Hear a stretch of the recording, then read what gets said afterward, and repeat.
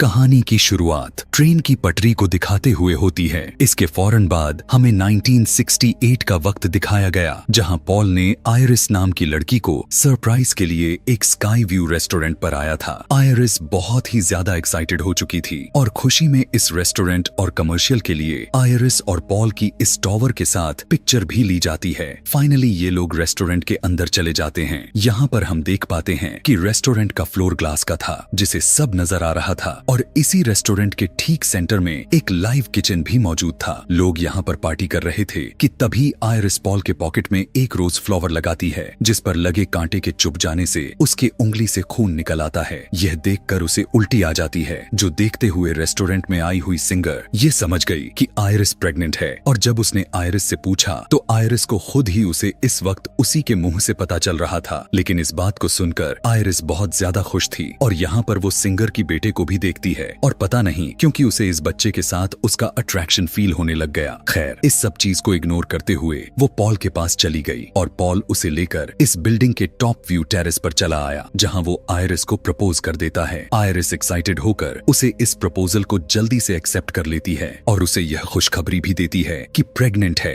और इस बात से पॉल भी बहुत ज्यादा खुश हो जाता है। यहीं पर आयरिस नोटिस कर पाती है कि सिंगर का वो बेटा इस टॉप बिल्डिंग से एक कॉइन नीचे की तरफ फेंक देता है। कॉइन को हमें दिखाया गया कि जमीन पर गिरने की बजाय एसी के आउटडोर से वैक्यूम प्रेशर से उसके अंदर चला गया, जबकि ये सब लोग पार्टी करने के लिए आ गए। जब ये सभी लोग मजे से डांस करते हुए झूम रहे थे, तब दिखाया जाता है कि रेस्टोरेंट का फ्लोर हिलने लग गया था। इधर कॉइन भी फैन से निकलकर एसी के डक्ट के अंदर घूमने लग गया और रेस्टोरेंट के अंदर शीशा वाला फ्लोर अचानक से टूट गया। सभी लोग नीचे गिर गए। पॉल ने अपने आप को बचाने के लिए एक कांच का टुकड़ा पकड़ा हुआ था, जिससे उसके हाथ भी जख्मी हुए जा रहे थे, लेकिन फिर भी वो अपने आप को बचाने में नाकामयाब रह जाता है और नीचे गिरकर मारा गया। जबकि आयरिस इस टाइम पोल को पकड़कर लटकी हुई थी, इसीलिए वो बच गई और सभी के सभी मारे गए। वो कॉइन जो उसी डक्ट के अंदर उड़े जा रहा था, वो वहां से निकलकर एक दूसरी जगह चला जाता है और गैस के पाइप में लगकर लीकेज कर देता है, जिसके ऊपर लाइव किचन रेस्टोरेंट में भी आग लग जाती है, जिसकी वजह से आग में जलकर वो सिंगर भी मारी जाती है और आयरिस अपने आप को बचाने के लिए पियानो के नीचे छुप जाती है। काम नहीं बना तो आयरिस लिफ्ट के पास आ गई, जो लिफ्ट अब पूरी तरह से फुल हो चुकी थी। इससे पहले कि लिफ्ट नीचे की तरफ जा पाती, लिफ्ट के नीचे एक आदमी आकर क्रश हो जाता है। ऐसे में लिफ्ट भी खराब हो जाती है और लिफ्ट में सवार हुए सभी लोग भी अपने जान से हाथ धो बैठते हैं, मारे जाते हैं। वो वापस ऊपर रेस्टोरेंट की तरफ गई तो रेस्टोरेंट का आधा हिस्सा भी टूटकर एक तरफ लटक गया, जिसके अंदर जाकर लोग अपनी जानें बचाने की कोशिश कर रहे थे। यहाँ बस एक पियानो ही था जो इस पूरे हिस्से का बैलेंस बनाकर रखा हुआ था। वो कॉइन जो इधर डक्ट्स में घूमे जा रहा था, वो आकर इस पियानो के ऊपर गिरा और बैलेंस बिगड़ गया और रेस्टोरेंट का ये हिस्सा भी नीचे गिर गया। उस जगह पर मौजूद लोग भी मारे गए। यहाँ पर आयरिस को उसी सिंगर का एक बेटा दिखता है, जिसने उसे पकड़ लिया। वो उसे बचाकर यहाँ से निकलना चाहती थी, लेकिन उसकी नीचे की भी जमीन टूट गई। अपने आप को बचाने के लिए उसने रिंग को दो सरियों के बीच में फंसा लिया, लेकिन रिंग की वजह से उसका हाथ कटकर छिल गया। रिंग उतर गई और बच्चे के साथ आयरिस भी नीचे गिरकर मारे गए कि तभी उसी वक्त एक लड़की ने एकदम से चौंक कर चिंख मारी और हमें पता चला कि ये सब हमने अभी अभी जो देखा था वो एक स्टेफनी नाम की लड़की के हेल्यूसिनेशंस थे। वो अभी इस टाइम अपने क्लासरूम में बैठी हुई थी। उसकी इस तरह से चिल्लाने की वजह से उसकी क्लास खराब हो जाती है। उसकी प्रोफेसर ने जब इस बारे में पूछा, तब स्टेफनी ने बताया कि मुझे ऐसे हेल्यूसिनेशंस और डरा देने वाली विजन्स आते रहते हैं। रात भी वो यही डरावनी सपना देखकर चीख मारते हुए उठ बैठी और तब उसकी रूममेट ने उसे बताया कि तुम्हें इस बारे में अपनी फैमिली से बात करनी चाहिए। वो अपने घर आकर अपने डैड से मिली, अपने अच्छे भाई से मिली, जिसके साथ उसकी बहुत अच्छी बॉन्डिंग चल रही थी, और वो दोनों मिलकर अपने अंकल के घर चले गए, जो उनके मॉम के भाई थे।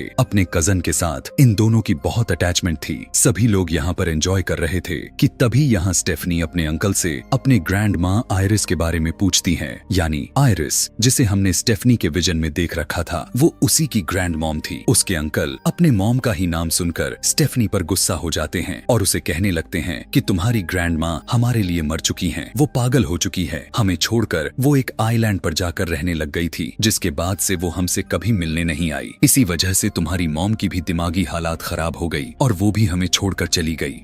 गुस्से में उसके अंकल तो बातें सुनाकर चले गए, लेकिन उसकी आंटी ने उसकी मदद की और आयरिस के भेजे हुए लेटर्स का एड्रेस और आयरिस की कुछ चीजें दी। इन चीजों में कुछ पिक्चर भी थी जो पॉल और आयरिस ने उस स्काई व्यू रेस्टोरेंट के सामने बनाई थी। यह देखकर स्टेफनी काफी बुरी तरह से चौंक गई। यही तो पिक्चर में रेस्टोरेंट था जो उसके विजन में आया हुआ था। अब स्टेफनी आयरिस से मिलने के लिए उस वीरान सुनसान आइलैंड पर चली जाती है। वहाँ पर एक घर तो था, लेकिन उस घर की हालत काफी बिगड़ चुकी थी। वहाँ पर लगे हुए सीसीटीवी कैमरे में स्टेफनी अपना इंट्रोडक्शन करवाया तो आयरिस ने उस घर के अंदर बुला लिया। आयरिस भी स्टेफनी को देखकर काफी एक्साइटेड थी। वो स्टेफनी से उसकी मॉम के बारे में पूछती है तो स्टेफनी कहने लगती है कि हमारी मॉम तो हमें बचपन में ही छोड़कर चली गई थी। यहाँ पर स्टेफनी आयरिस को अपने मेन बात को बताती है कि मैंने आपको और ग्रैंडपा को उस स्काई व्यू रेस्टोरेंट पर देखा था और वो रेस्टोरेंट तबाह हो रहा था। आपके साथ मौजूद सभी लोग मर रहे थे। मुझे ये डरावना ख्वाब, ये विजन हर दिन रात आता रहता है। यहाँ पर आयरिस उसे कहती है कि जो तुम्हें आते हैं वो सभी विजन्स मुझे भी आते थे और उसी विजन की वजह से मैं उस दिन होने वाले बड़े हादसे को बचा पाई थी। उस दिन मैंने उस बच्चे के हाथ से उस कॉइन को छीन ली थी जिसकी वजह से वो सारा का सारा हादसा हुआ था और फिर वो रेस्टोरेंट का जो फ्लोर टूटा था वो भी उन्हें पहले ही पता था। इसीलिए मैंने जाकर माइक में ऐलान करते हुए सभी से कह दिया कि फ्लोर टूटने वाला है, जिसकी वजह से लोग पहले ही वहाँ से निकल गए थे और इस तरह काफी लोग मरने से बच गए थे। स्टेफनी हैरानी के साथ पूछने लगती है, आपने उस दिन सबकी जान बचा ली थी? तो आयरिस कहती है, हाँ, उस दिन मैंने मौत का धोखा देते हुए सबकी जान तो बचा ली, लेकिन मौत ने उन लोगों के पीछा नहीं छोड़ा। मौत उन लोगों के साथ गेम खेलने लग गई। जो भी लोग उस हादसे में बचे हुए थे, मौत उन लोगों को ढूंढ ढूंढ कर मारने लग गई। न सिर्फ उन लोगों को, बल्कि अगर उन लोगों के बच्चे भी होते थे, मौत उनको भी नहीं छोड़ रही थी। और अगर वहाँ पर मौजूद कुछ बच भी निकले और इनके बच्चे इस एक्सीडेंट के बाद भी पैदा होने लग गए, मौत उनको भी मारने लग गई, क्योंकि अगर वो लोग इस हादसे में मर जाते तो उनके बच्चे भी आगे पैदा न होते। मौत जब एक के बाद एक करके वहाँ वाले हादसे के लोगों को मारते जा रही थी, तब मुझे इन चीजों का अंदाजा हुआ। पॉल को भी मौत ने कैंसर के मुंह में ले जाकर मारा था और तब मुझे अंदाजा हो गया कि अब अगली बारी मेरी है। मौत को चकमा देने के लिए मैंने यहाँ आकर छुप गई। अगर मैं मर गई तो मौत तुम्हारी मॉम के साथ साथ उसके भाई, उसके बच्चों को, इवन तुम्हें और तुम्हारे भाई को भी मार डालेगा। लेकिन जब तक मैं जिंदा हूँ तुम सबको कुछ नहीं होने वाला। यहाँ पर स्टेफनी पूछती है कि आखिर ये विजन मुझे ही क्यों आ रही है? तब आयरिस ने कहा कि क्योंकि मौत अब हमारे पीछे लग चुकी है। यह बात सुनकर स्टेफनी बुरी तरह से डर गई। तब आयरिस ने उसे एक बुक दिया जिसमें उस हादसे में मरने वालों लोगों की मौत बाद में कैसे हुई थी, उन सब की स्टोरीज भी लिखी हुई थी और साथ वो तरीके भी लिखे गए थे जिनसे मौत को चकमा दिया जा सकता है। स्टेफनी को यहाँ पर ये बातें बकवास लगने लग गईं, इसीलिए उसने बुक नहीं ली और आयरिस से कहा कि मैं आपसे मिलने के लिए दोबारा आऊंगी। यह कहकर वो बाहर चली गई। आयरिस, जो काफी सालों से बाहर नहीं निकली थी, उसने अपने बच्चों को बचाने के लिए मौत के सामने आने का फैसला किया और बाहर निकलकर स्टेफनी को वो किताब पकड़ा दी। उसने कहा कि मौत अब तुम्हारे पीछे आएगी और अपनी जान बचाने के लिए तुम्हें इस बुक का इस्तेमाल करना ही होगा। स्टेफनी उसकी बात पर भरोसा नहीं कर रही थी तो आयरिस ने कहा कि यहीं पर रुककर मेरी मौत को देखना। यहाँ पर हमने देखा कि एक जगह से गैस लीक हुआ। गैस के लीक होने से एक चीज डिसरप्ट हुई, उसके बाद दूसरा हुआ और इसी तरह एक चैन बनते हुए आयरिस के मुंह में सीधा आकर लकड़ी जैसा कोई चीज स्टैब हो गई और आयरिस की वहीं पर मौत हो गई। अब तो स्टेफनी को यहाँ से आयरिस की बातों पर यकीन होने लग गया। यह 2 दिन बाद ही आयरिस का फ्यूनरल था, जहाँ पर स्टेफनी की मॉम भी आई हुई थी। स्टेफनी को समझ में आ रही थी अगर आगे जो भी अगली मौत होगी तो स्टेफनी की मॉम ही होने वाली है। अपनी मॉम की जान बचाने के लिए वो आयरिस की बुक पढ़ने लग गई जिसमें आयरिस ने वो कॉइन भी छुपा कर रखा हुआ था जिसकी वजह से उनसे उस दिन होने वाले हादसे को बचाया था। सारी बात समझते हुए स्टेफनी फौरन अपने फैमिली को कॉल लगाती है ताकि वो उन्हें अलर्ट कर सके, लेकिन यहाँ पर कोई भी उसकी कॉल को रिसीव नहीं कर रहा था। यहाँ दिखाया जाता है कि स्टेफनी की पूरी फैमिली मजे से पार्टी कर रही थी। उसी पार्टी में दिखाया जाता है कि मौत अपना खेल खेलने लग गई है। यहाँ पर एक गिलास जैसे ही गिरा, उस कांच का टुकड़ा जाकर बर्फ में गिर गया। यहीं से सभी बर्फ को ले रहे थे। ये बर्फ का टुकड़ा स्टेफनी के अंकल के गिलास में चला गया और उन्होंने ग्लास जाकर साइड पर रख दिया और यहाँ पर सारी चीजें भी थोड़ा थोड़ा करके अपनी जगह चेंज करती रहीं। देखने से ऐसा लग रहा था कि जैसे ये सब कुछ किसी प्लान के तहत हो रहा हो। स्टेफनी के अंकल के हाथ से वो गिलास गिर जाता है और कांच का टुकड़ा उनके पैर में घुस जाता है। दर्द की वजह से वो वहीं पर गिर पड़ते हैं। उनके गिरने से यहाँ वो जमीन में जो वाइब्रेशन पैदा हुआ उससे एक औजार औजार ग्रास काटने वाले मशीन पर गिर जाता है और मशीन स्टार्ट हो जाती है और देखते ही देखते वो मशीन स्टेफनी के अंकल के मुंह के ऊपर चढ़कर उसका पूरा मुंह क्रश करते हुए उसे मार देती है। उसकी इस भयानक मौत से सभी लोग डर कर बौखला जाते हैं। स्टेफनी बहुत ज्यादा डर चुकी थी और वो अब पूरी फैमिली को समझाती है कि किस तरह मौत उनके पीछे पड़ चुकी है। उसने बताया कि आयरिस के उस दिन टॉवर पर चढ़ जाने के बाद मौत ने उस सभी लोगों को अपना निशाना बनाना शुरू कर दिया था जो लोग उस टॉवर में बच गए थे। मौत ने उनको और उनके फैमिली को बिल्कुल खत्म कर दिया और बस अब उनकी फैमिली के साथ एक और लड़के की फैमिली जिंदा थी। स्टेफनी उन्हें समझाती है कि देखिए, पहले आयरिस मरी, फिर उनके सबसे बड़े बेटे, इस तरह अंकल के अब मर जाने के बाद अब बारी है उनके ही बेटे की, और यहाँ पर जब मेरी मॉम मरेगी तो उसके बाद मेरी मरने की बारी आ जाएगी। यहाँ पर मौजूद किसी को भी स्टेफनी के बातों पर यकीन नहीं हो रहा था। इवन उसके अंकल के बच्चे के साथ उसके कजन्स भी उससे नाराज हो गए कि स्टेफनी उसके डैड के मौत का मजाक बना रही है। यहाँ पर एक ही इंसान थे जिसे स्टेफनी पर यकीन हो रहा था और वो कोई और नहीं बल्कि स्टेफनी की मॉम। लेकिन स्टेफनी अपनी मॉम के साथ अच्छे से बात नहीं कर रही थी। यहाँ पर अब हमें अंकल के बड़े बेटे जो अपने पियर्सिंग शॉप पर दिखाया गया, अपना काम खत्म करने के बाद अपने शॉप को बंद करता है और अपने डैड के याद में अपने हाथ पर डैड का टैटू बनाता है। इस टाइम उसने अपने नाक के एक रिंग पहनी हुई थी। यहाँ पर उसके नोज के पियर्सिंग पर फोकस करते हैं और एकदम से ऊपर लगा हुआ एक फैन चालू हो जाता है जिसके साथ एक मैग्नेटिक चैन थी जो आकर उसके नोज के पियर्सिंग में फंस जाती है। फैन के चलते ही वो चैन भी घूम गया और वो लड़का भी लटक कर घूमने लग गया। नीचे बहुत सारा कैरोसिन गिर चुका था जो उसी के लाइटर से आग लग जाती है। वो अपने आप को उस चैन से तो छुड़वा लेता है लेकिन नीचे आग में गिर जाता है। हम देख पाते हैं शॉप में भी आग काफी तेजी से बढ़ चुकी थी। जैसे ही स्टेफनी को यह बात मालूम होती है कि उसके शॉप में आग लगी थी, इसीलिए सुबह होते ही वो उसके शॉप में जाने का डिसाइड करते हैं, लेकिन वो तो इनके कार के सामने ही आते ही इन्हें रोक देता है। हैरानी की बात तो यह था कि उसके बाजू के अलावा उसे कहीं पर भी चोट नहीं लगी थी। अभी वे सभी यही सब बात कर ही रहे होते हैं कि तभी तेजी से एक ट्रक आ जाती है, लेकिन वहाँ पर भी वो बाल बाल बच जाता है। यह देखकर वो स्टेफनी से कहने लगता है कि देखा, मैंने कहा था ना कि मुझे कुछ नहीं होगा। यहाँ पर स्टेफनी को उसकी बातें बिल्कुल बकवास लग रही थी। उसकी बातों पर ध्यान देने के बजाय वो सीधा रोड के चीजों पर ध्यान देने लग जाती है कि क्या ये चीज उस नुकसान पहुंचा सकती भी है या नहीं। यहीं से एक कचरे की गाड़ी जब गुजरती है तब स्टेफनी उससे दूर रहने के लिए कहती है, लेकिन वो तो जाकर उससे चिपकने लग जाता है और सच में पता नहीं क्यों उसे कुछ होता भी नहीं। अब लड़का स्टेफनी से कहने लग जाता है कि देखा, मैंने कहा था कि तुम कुछ ज्यादा ही सोचे जा रही हो। उस लड़के की दूसरी बहन भी अपने वॉक के लिए निकल जाती है कि तभी एक बॉल आकर उसके सर पर लगा जो सीधा गार्बेज बास्केट के अंदर गिर जाती है और गाड़ी वाले उसे जल्दी से गाड़ी के अंदर डाल देते हैं। यह सब कुछ होते हुए उन तीनों ने भी देखा था। जल्दी से जाकर वो तीनों उस गाड़ी को रोकने की काफी कोशिश करते हैं। स्टेफनी भी अपनी जान की परवाह किए बिना ही उस गाड़ी के ऊपर चढ़ जाती है, लेकिन देखने को मिला कि अंदर तो गार्बेज क्रश हुए जा रहा था और इसी मशीन के अंदर उस लड़की की भी उसके शरीर के टुकड़े टुकड़े हो गए। देखते हैं कि स्टेफनी के हाथ में बस उस लड़की का हाथ ही रह गया था और वो बहुत ही दर्दनाक तरीके से मर गई। उसकी मौत से सभी लोग बहुत ज्यादा डिप्रेस हो जाते हैं। स्टेफनी का भाई स्टेफनी से कहता है, तुम ठीक थी, लेकिन इस टाइम स्टेफनी को अपने थ्योरी पर यकीन ही नहीं हो रहा था क्योंकि उसे लग रहा था कि जो लड़की मरी थी उसकी जगह तो पहले उसके बड़े भाई को मरना चाहिए था। तब यहाँ पर उनकी आंटी ने आकर एक बहुत ही बड़ा सच रिवील किया कि असल में वो लड़का स्टेफनी के अंकल का बेटा था ही नहीं। इसी वजह से उसकी मौत नहीं हुई बल्कि उसकी बहन की मौत हो गई जो कि उसके अंकल की बड़ी बेटी थी। यह सुनते ही स्टेफनी चौंक गई, स्टेफनी के साथ सारे भी, क्योंकि अब सभी को स्टेफनी के बातों पर यकीन होने लग गया था। वो जो लड़की मरी थी उसका छोटा भाई स्टेफनी से कहने लगता है, यानी अब इस बार मेरी मरने की बारी है। स्टेफनी, मैं मरना नहीं चाहता, क्या तुम मेरी मदद कर सकती हो? स्टेफनी कहती है, मैं बचाना तो चाहती हूँ लेकिन मुझे बिल्कुल भी नहीं पता कि इसके आगे आखिर क्या होने वाला है। तब उसका भाई उसे कहता है कि तुमने तो पहले भी फिगर आउट कर लिया था कि क्या होने वाला है, इसीलिए जरा तुम अपने आसपास के चीजों पर ध्यान दो, शायद समझ जाओगी। स्टेफनी को याद आता है कि आयरिस यानी उसकी ग्रैंड माँ ने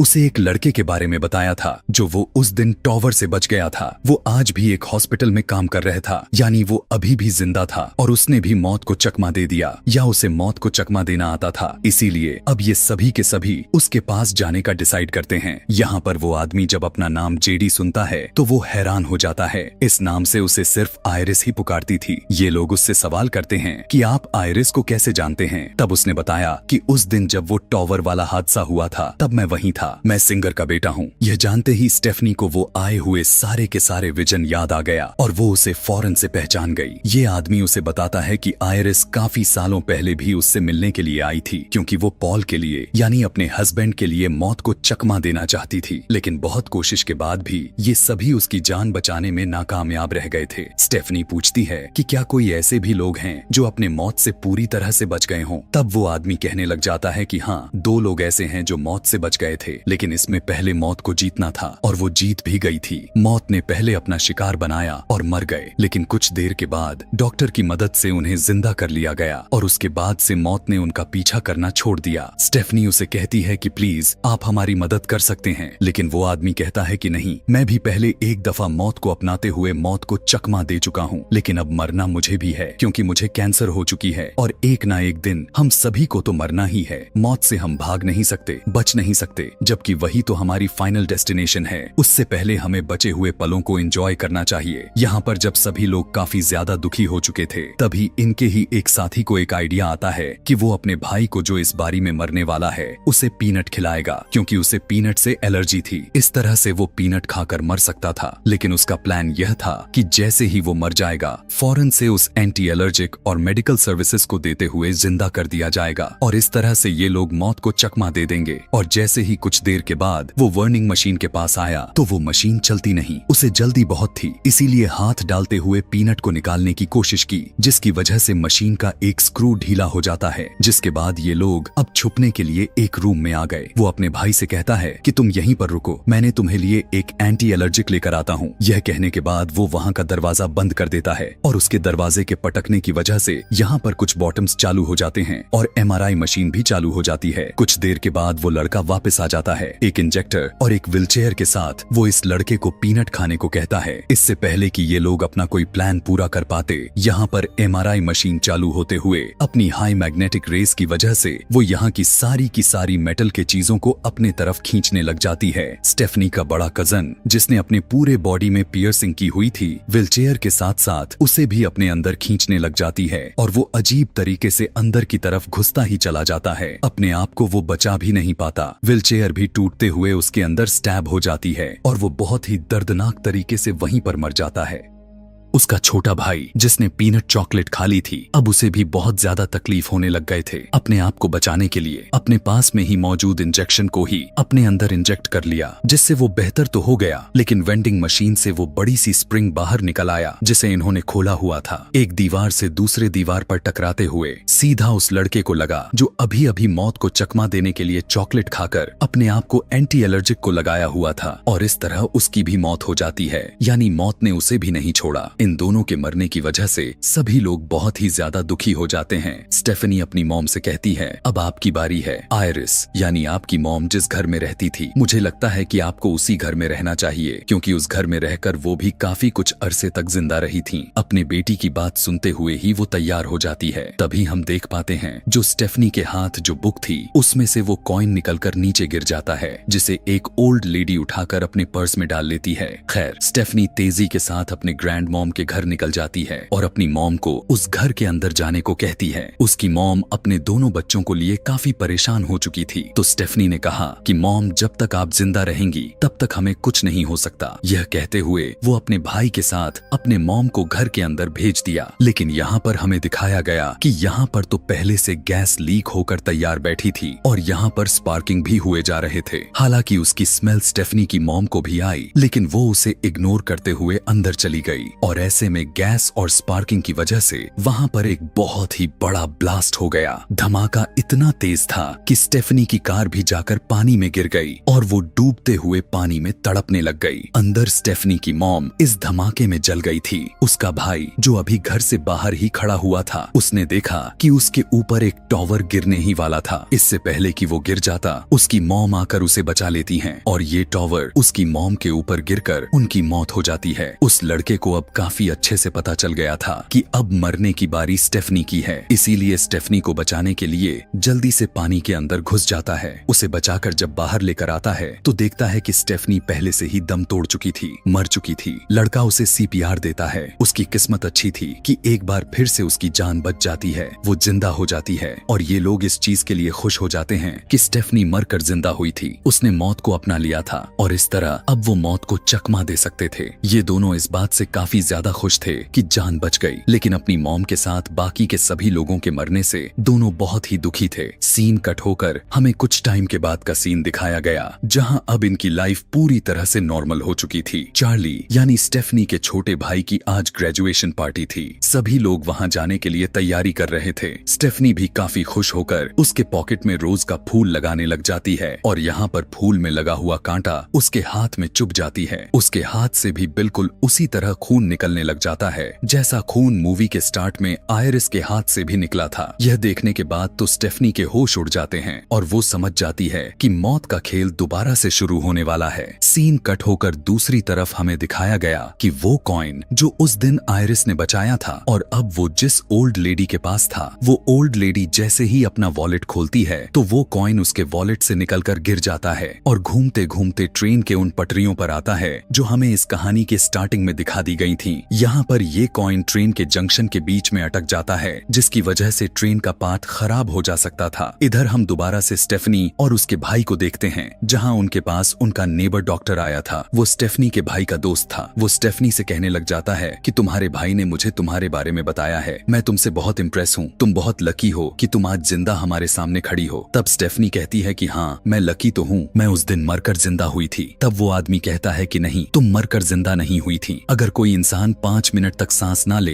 तो उसे मरा हुआ कहा जाता है, लेकिन तुम तो 2 मिनट बाद ही सांस लेने लग गई थी। ऐसी हालत को तो बेहोशी कह सकते हैं ना कि मरना। यह सुनकर स्टेफनी और स्टेफनी के भाई दोनों के तो होश ही गायब हो जाते हैं। जल्दी से स्टेफनी ने आसपास की चीजों को जब देखा तो उसे हर एक चीज में अपनी मौत नजर आने लग गई, लेकिन इनकी भी मौत ऐसे थोड़ी ना आनी थी। वहाँ जो ट्रेन उस पटरी से उतरी थी वो उतरकर इनके घरों की तरफ बढ़ चली। ट्रेन इतनी रफ्तार में थी वो अपनी स्पीड कम नहीं कर पाई। अपने आप को बचाने के लिए स्टेफनी और उसका भाई दोनों वहाँ से भागने लग गए। ट्रेन आखिर में जाकर रुक गई, लेकिन ये लोग जिंदा फिर भी नहीं बच पाए, क्योंकि ट्रेन के पीछे उड़ते हुए बड़े बड़े लकड़ी के लॉग्स आकर इन दोनों के बॉडी में स्टैब हो गए और आखिरकार ये दोनों भी मारे गए। जिसके साथ ये फाइनल डेस्टिनेशन मूवी यह सबक सिखाते हुए समाप्त हुआ कि हम लोग मौत से बच नहीं सकते और एक दिन हर किसी को मरना है। ऐसे ही और भी मूवी एक्सप्लेनेशन वीडियोस देखने के लिए कमेंट में नेक्स्ट लिखना ना भूलें। Thanks for watching.